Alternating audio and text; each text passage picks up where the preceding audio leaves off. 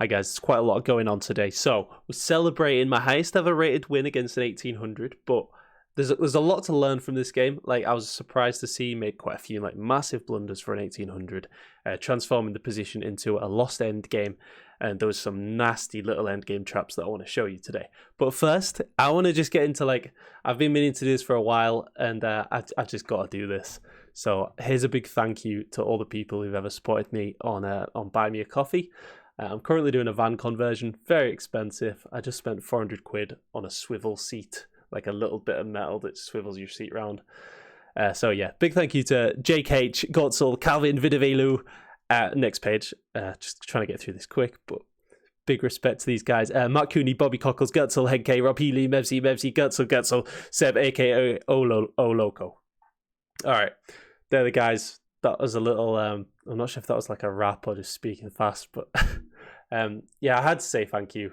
It's just a massive, it helps, obviously it helps, but financially, but it's more psychologically, it's a massive help knowing that people are actually trying to allow me to do this more, because, sitting playing chess isn't the most lucrative thing to do with your time. So yeah, big respect to you guys. So let's get into today's game. Beating an 1800, my highest ever rated win, knocked him off his pedestal, knocked him down to 1798. So I went into this game with no expectations. 1800, I just thought, let's just enjoy it.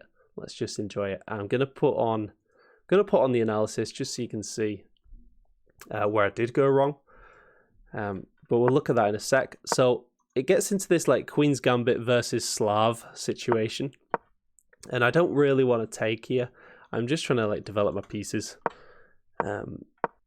So here I go to trade this off, and he does this London-esque thing where he slide back, and if I take it, maybe he argues that he's got an open rook, and I don't know, maybe he gets some activity there. So I just develop. I jump my knight into the center. I'm not sure. I think this is okay. It gives my bishop more space. Now this bishop hopefully is going to sing long term. So I want to play this move, so I've got a long term cubby hole for the bishop. He forces me here, pushes my bishop, so I have to take his. And then I want to get ready to slide back, really. I throw in this check, and I don't think it's that good. Let's see what the engine thinks here. Yeah, I don't think this check is that good, because I think they just come out with the pawn and hit me. So they block with the queen, and I've got the opportunity here against a stronger opponent. I don't want to get crazy tactics. Maybe for me, being the simple, lower-rated guy that I am, if I just transform this into an endgame, that gives me time. Because I know if it gets super complicated, I've got a tendency to lose on time. So I just transform this into an endgame, given that if I retreat here, he's got all the play with the open rook. But if I take, maybe in the endgame, these double pawns are a bit of a liability. That was my thinking. And I instantly try and cut out this rook's activity against this pawn structure here. Also giving my bishop a space to retreat, which comes in handy on the next move, where he pushes me back. He goes for this trade, and I think I should have taken. I was really hesitant to do so, because you don't tend to want to take stuff and allow their king to advance further into the middle in an endgame. But I think the king actually can't go anywhere, because this pawn is dominating these squares. So I think it was fine to take, because this actually was bad. And I think it gives them some activity here. So if we skip over to that in the computer analyzed version of it. So I want to look at why this is bad. So their best move here, I think there's maybe a pawn break to undermine this, but I want to learn here. So they just counterattack on the other side of the board, given that my locked structure maybe locks in my own bishop. Maybe they can, I don't know, maybe their bishop can move and mine can't. And I just want to see what the engine line says here. So maybe they also argue that they get some nice outpost squares for the knight, like this square here, e5. But I can take at this point, if their knight jumps in here. So the engine's given something like this and says it's just better for white.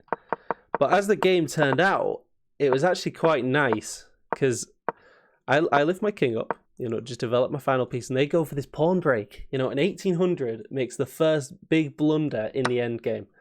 I take, and then I just take the open file, threatening to come in and win these pawns with my rook. So he has to contend the open file, right? And Engine actually says takes is good. Now, what I did is actually more like instructive, maybe, in sort of a sense that you generally don't want to take and give them the open file, even though the engine says in this case it is best. Like generally you want to try and get them to take and then improve your structure. In this case, I think they can just take, because if this, they win this. And I sort of noticed that in the game shortly after I played this. So when they took here, I threw in this move, and I made my first big blunder, right? So spot the move for white to clinch a winning advantage here. Give you a couple of seconds. In between moves, they don't have to recapture the bishop. Now, I looked at pawn takes, and I thought that, well, I take the rook. So, rook is better than knight. What's better than rook, guys? The king. The pawn just lodges itself in there. Nasty. And then they just casually take my beautiful bishop. So I double up anyway. I'm a pawn down at this point, and they go for this backwards king move, which didn't scare me at all. It gives me the opportunity, if I want to take and put their king on the back rank. And that is always something you should be like looking at doing, even though I am down a pawn at this point. They've got these double isolated pawns there, so down a pawn, probably even. So I do that. I put the king on the back rank, knowing that I've got this pawn break. Now, I looked at the very, me being a simpleton, I just look at what I want to happen. I'm like, oh, yeah, there. I totally missed, right? They just literally, reinforce, and their whole structure is, it's just an absolute fortress, and the king can just walk up at its leisure. So, I totally missed that, but luckily, he allows me to just take, and this just wins a pawn. And now the next move is something I have got to criticize. I try not to criticize my opponent, but this guy being a higher rated player, he can take it. He can take it. This is absolutely just like what these next two moves, lifting the king. Wait, lifting the king. Why is this bad? Because he can just kick my knight. Not so much the king lift, because that's quite natural, fair enough. But this move here, trading knights, leaving yourself with double isolated pawns and allowing me to take this pawn. That he didn't deserve his 1800 rated there, guys. And I took him down off his pedestal. So yeah, we nabbed a pawn there. I don't know what that was all about. So we're in a pawn up end game, and how do you convert this?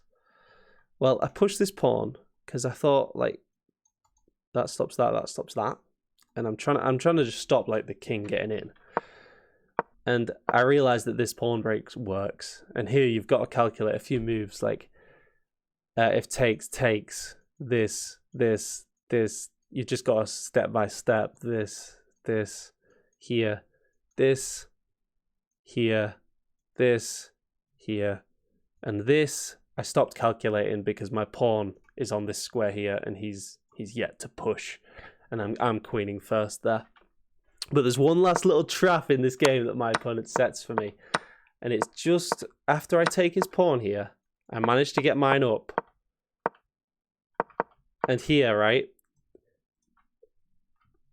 Test time for subscribers, right? What would you play in this position? I mean, obviously you just push the pawn, right? If you said push the pawn, you're well, we've all been there. I only didn't do that. My first instinct was to push the pawn, and then I sort of remembered all those nightmares that I'd had in my life, and I sort of learnt from them. If you push the pawn, king up, you try and do stuff, but whoops, they just keep you in jail. They just don't let you out with the king. So here, I guess they just push the pawn, and they've got that one reserve move, which is all they need because black had the reserve move here, white has the reserve move here, and now it is just pure shuffle. And white has your king in jail. And I very nearly did that, guys. But luckily, I just remembered at the last second, I was hovering over this move, you know, hovering over this pushing the pawn move. And I just realized, no, he's going to put me in jail. I run, and I think I get to his pawns first. So we go like this, and we find this lovely idea here. Pushing the pawn, he pushes, but now, like, the pawn stops the king coming here, sort of thing. And I was going to try and put the pawn on this square, so it just, like, cuts the king off completely. And, like, in this position, the king can't stay there forever, so eventually he's going to be in Zugzwang, and he's going to have to move away. And I'm going to take the pawn. And then at this point, my opponent resigned. So yeah, my highest ever rated win. Climbing up still. I'm trying to enjoy it, because I know that anything in life, like where you're grinding at something, it comes in waves. Don't expect it to just be a constant uphill. But yeah, doing well at the minute. I'm putting in a lot of hours and getting some decent results. So happy to be still improving. Hope you're all climbing along your own relative rating ladders, you know, hitting all your personal goals and stuff. So yeah, cheers, like and subscribe, see you next time.